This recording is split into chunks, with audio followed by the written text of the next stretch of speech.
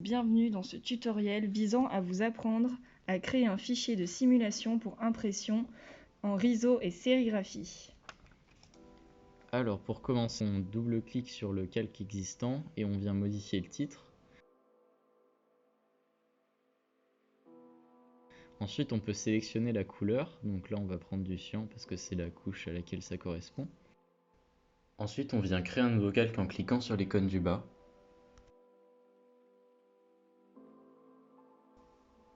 Ensuite on double-clique à nouveau et on fait la couche de magenta.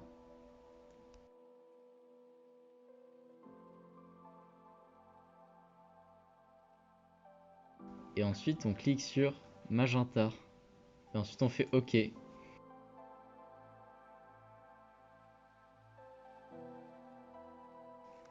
Alors maintenant, on va importer la première couche en allant dans Fichier, Importer ou Commande D. On sélectionne notre image et on la place.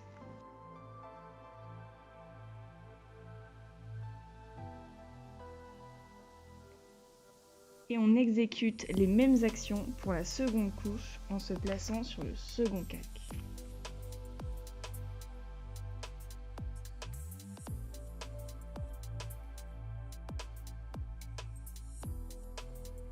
Et maintenant on va venir attribuer une couleur à chacune de ces couches.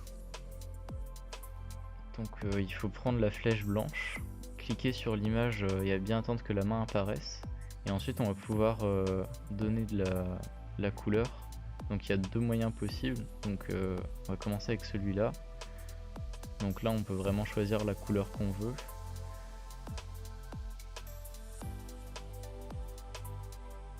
Et donc maintenant on va faire via l'autre moyen.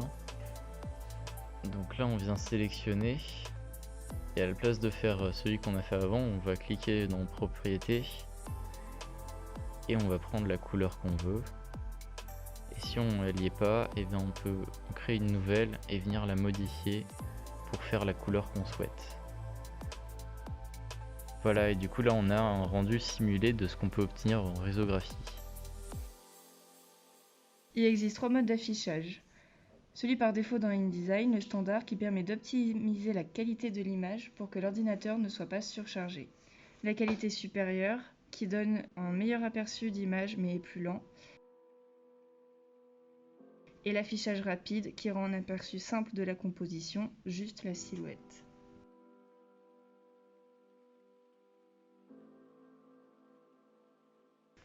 Donc maintenant on va parler des modes d'écran. Donc pour commencer, on a le mode aperçu qui nous donne une vision sans les traits de construction ni les marges,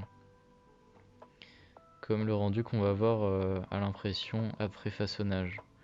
Donc ensuite on a les fonds perdus, donc c'est la partie qu'on va découper du papier. Et pour terminer, on a la ligne bloc qui est l'endroit où en fait on va venir mettre les informations pour l'imprimeur. Donc voilà pour ce tutoriel, à bientôt et Merci.